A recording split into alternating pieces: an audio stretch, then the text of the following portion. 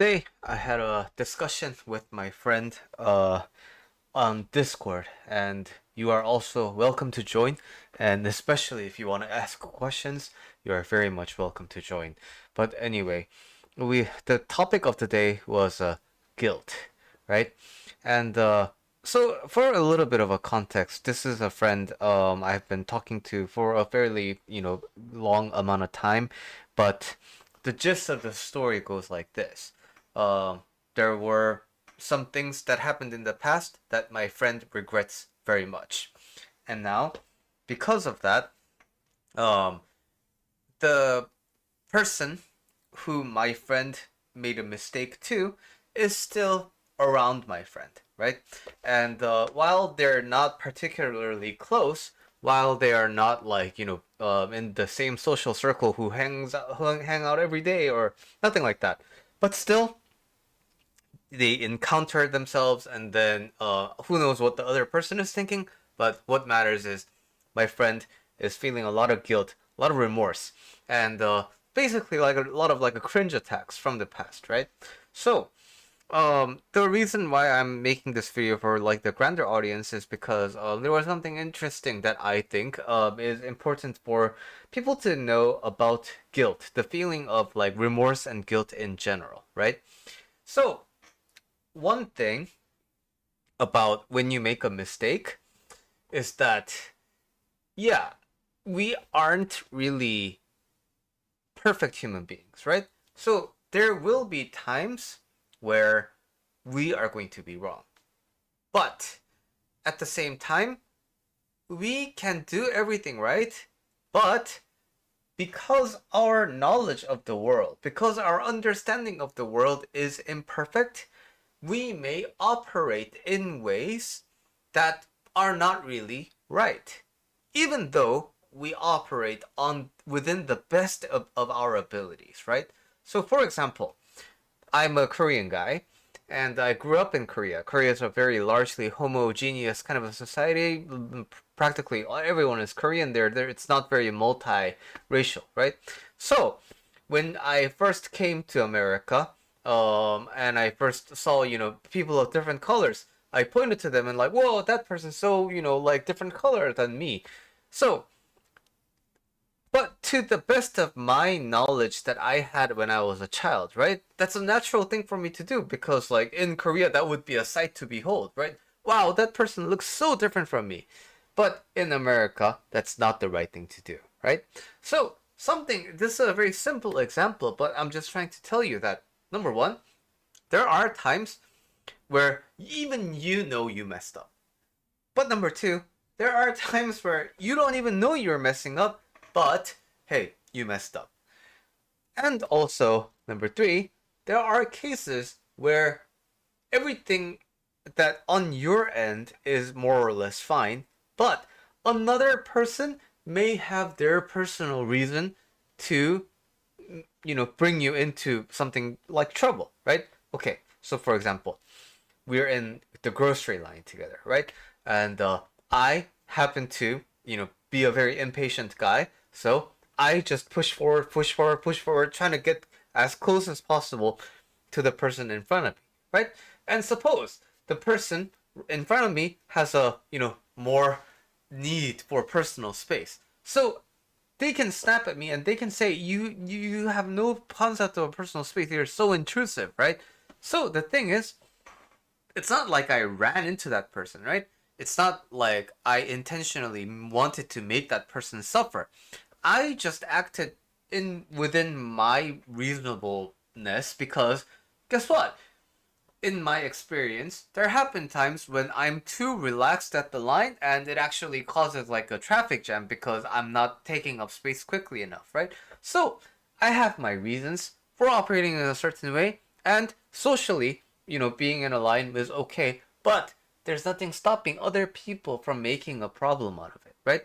So, what I'm trying to say is there are many reasons why you can get into kind of a confrontational, uncomfortable, overall undesired kind of a state, right? But we have to first acknowledge that many times the onus won't solely be on us.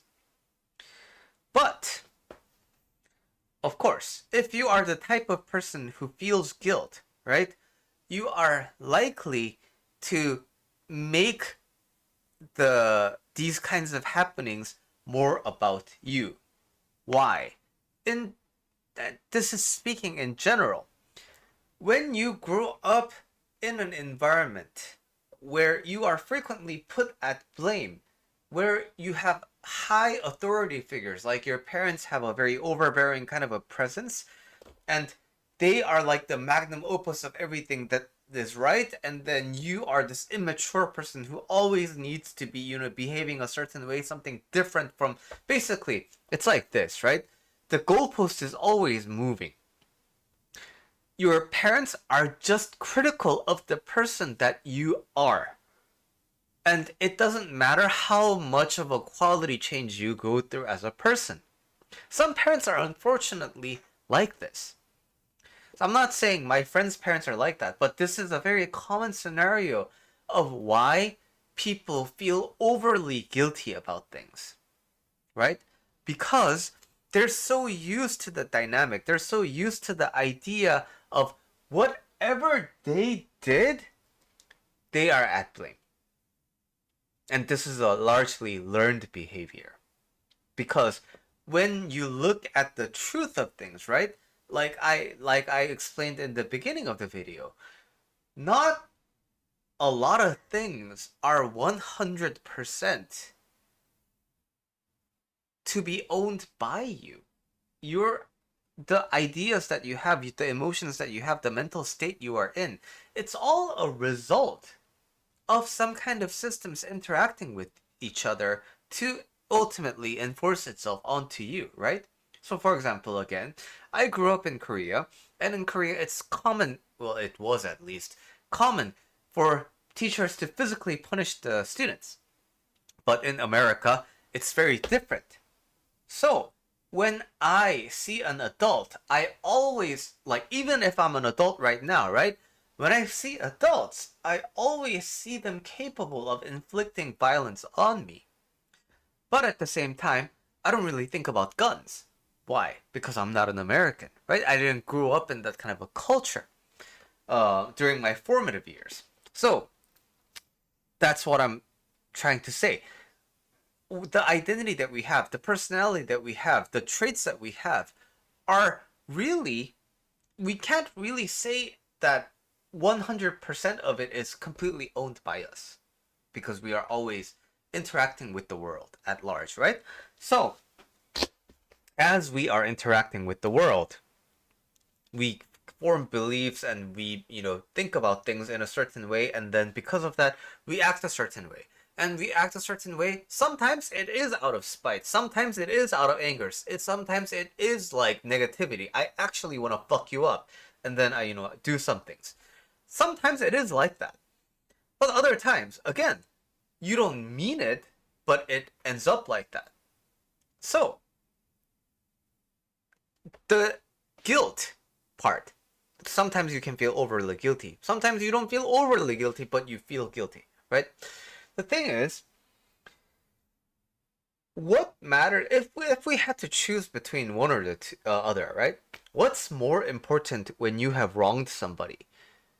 Feeling really, really, really, really, really, really guilty that you can't do anything because the guilt is so crippling, and you're just like so remorseful, and you can't even look at the other person, and oh my god, you just feel so absolutely horrible.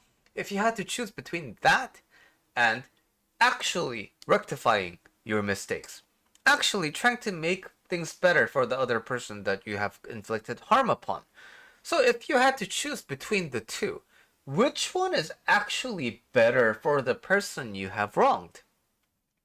If I cause a car accident, what's better for the person I crashed into? Me feeling really, really, really, really, really, really bad and miserable, or me actually providing some kind of a support, some kind of a, payment, some kind of a me having some kind of actual consequences that benefit the person I have ran into? It's the latter, right? It doesn't take a rocket scientist to know it's the latter if we had to choose between the two. Many times we feel like guilt is kind of a necessary part of life. But the thing is, it can motivate all the necessary, personality changes or the character development that you would like to have. But it is no way a requirement, because you can have those personality developments without these bad things necessarily happening, right? If you intend to be a better person, you don't need bad things in order to you don't need bad things to happen to you in order to try to challenge yourself into a better human being. So the whole premise around guilt being a necessary kind of a thing, I think, is a little bit of a flawed logic, because especially when it goes as to extreme as we're like, it's there are like absolute sins and you have to feel guilty about committing those sins. I don't think anything is as extreme as that. So the thing is, my friend also has some autistic tendencies. So traits like this make it really difficult for the guilty feeling to detach, right? Because why? You get really tunnel visioned. You get really consumed into the idea that you did something so wrong. And it becomes very difficult for the identity of you to be separated from the idea of like, hey, it turns out I'm a whole ass human being with a lot of different capabilities. And within that capacity, guilt happens to exist. Versus, oh my god, I can only feel guilt right now because it is what comes up to me.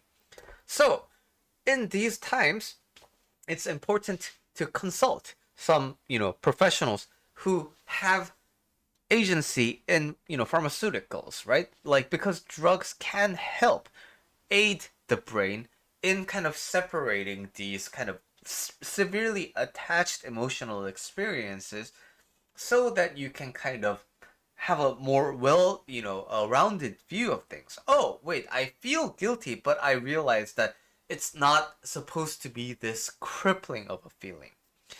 Um, so while coaching, while therapy, while somatic tools, while thinking a lot about things, while self and introspection, all of these things are important.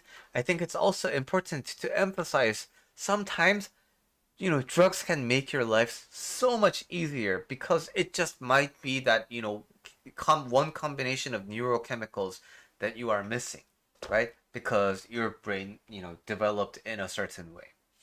And lastly, when we have, and this is less about guilt, but more about, any kind of a negative life experience in general. When we have a negative life experience, our entire thought process tends to warp around that negative experience. So if I have a knee injury, then it hurts a lot, right? When I walk, I can be crippled, or I don't know, I may have to amputate my leg, right? And in these situations, at that moment when I'm in a lot of pain, what is my desired state?